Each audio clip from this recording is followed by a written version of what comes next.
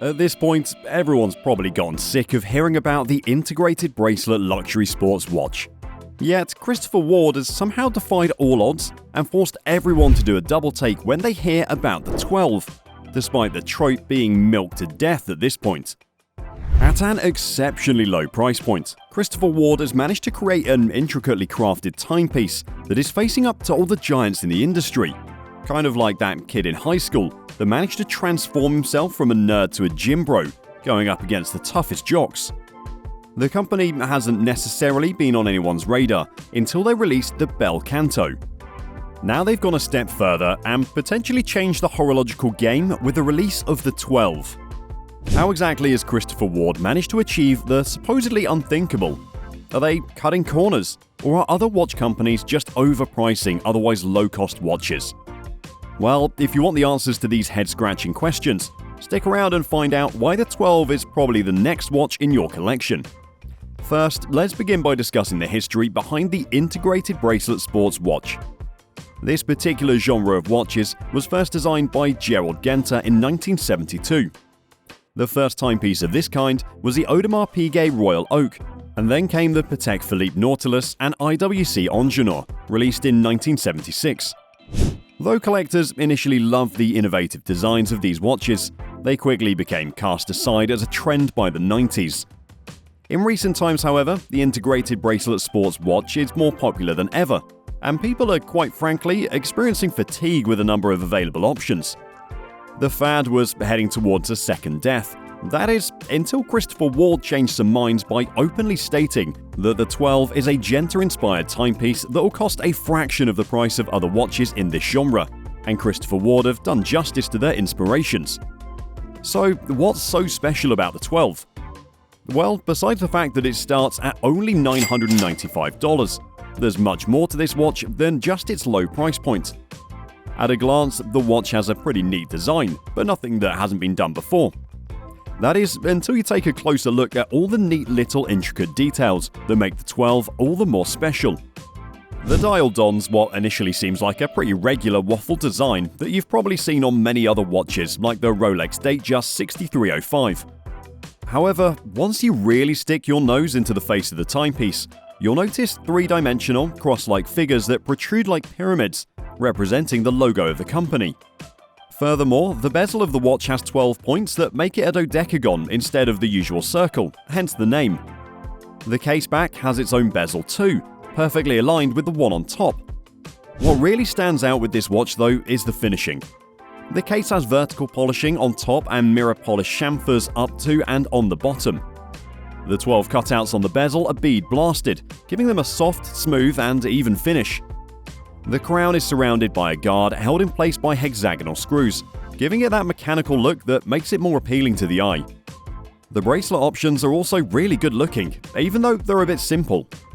The metallic bracelet has a hard angles look and a single link system that also has vertical brushing and polished sides, making it fit for an executive. The rubber strap is flexible, waterproof and features a quick release system too, and honestly, it looks almost as good as a metallic bracelet. Almost. The watch also fits perfectly on most wrists. With a 40mm dial, you'd think it's too big for a sports watch. On the contrary, almost everyone who has worn it is impressed by just how perfect it looks on their wrists, even if they're on the smaller side. With a 44.5mm lug-to-lug measurement, the decline from the bezel to the bracelet works harmoniously with the overall shape to give that perfect aesthetic to an otherwise large dial. Moreover, the case is so amazingly thin at a mere 9.95mm for the standard and 8.95mm for the titanium that it makes the timepiece even more sleek to the eye. The 1mm difference between the two is thanks to the SW300 in the titanium compared to the SW200 in the steel edition. Though the movements are made in-house, which is something most collectors look for nowadays, these Swiss-made movements are pretty decent, and it's surprising to see anything with Swiss parts come so cheap, since that usually drives the cost higher. With the transparent caseback, the movement is also on full display for those that like to stop and stare at what makes the clock tick when you're bored. Overall, the aesthetics of the watch, combined with the impeccable craftsmanship, make it priceless, and yet they somehow manage to avoid pricing it super high. By attaching such an attractive price tag to a watch of this caliber, Christopher Ward has probably done more than release an affordable luxury watch by introducing the 12. This watch is kind of a statement about the watch industry as a whole. Watches that rival the 12, like the Tissot PRX, have sacrificed the quality of the timepiece to favour a low price point. Higher quality watches, like the Zenith Defy Skyline, which is very similar to the 12, are priced much higher. The Skyline alone costs $9,000, almost 10 times the price of the 12. Though many have called the watch derivative and unoriginal due to its similarities to watches like the Skyline or the Chapek Antarctique, it's not like the folks at CW are really hiding their inspirations. The designer of the Antarctique, Adrian Bookman, currently works at Christopher Ward, so it's fair to assume that they probably consulted him on the watch's design.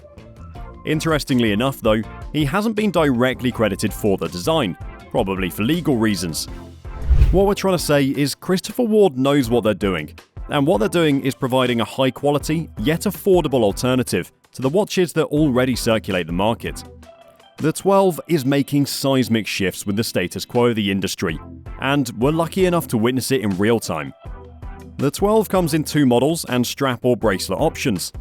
The steel edition with the rubber strap is the most affordable, priced at $995 as previously mentioned.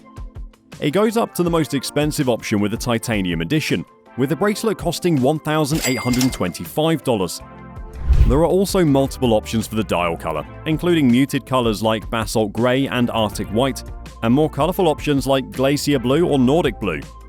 The ones that stand out the most though are the gorgeous sunburst pieces with the astral blue and nebula purple options. There's something for everyone, and it's great to see Christopher Ward not just sticking with boring colors that have been done to death. It's obvious that the hard workers at Christopher Ward have taken their sweet time to come up with something that will probably put them on the radar of watch collectors for years to come. The 12 is likely the best option in the market for a luxury watch at a low cost, and that's certainly something commendable in more ways than one. Seeing the horological industry break barriers with what is possible is surely a breath of fresh air. And if CW continues to come up with things like this, they're likely going to build a following that can compete with the giants of the industry in the years to come. There's no doubt that everyone who's enthusiastic about watches appreciates CW for what they've achieved, and it's just a matter of time before we're going to see this company take off. We're certainly excited to see what's coming, and we're sure there's going to be bigger and better things for them in the coming years. They're certainly building a reputation for themselves and even dipping their toes into sports. Back in June 2022, the company announced that they signed a 5-year contract with the English football team Everton FC as their official timekeeping partner. This venture is probably going to increase the company's popularity, and it might even mean an Everton-themed watch in the future. What do you guys think? Has Christopher Ward potentially changed the industry with the 12, or are we overstating their influence? Has the price point convinced you to buy one for yourself, or is it too cheap for your taste? Were you already a fan of Christopher Ward, or has the 12 completely changed your perspective on the company? Are there better alternatives to the 12? Or is this the ultimate integrated bracelet sports watch in the industry? Tell us in the comments below.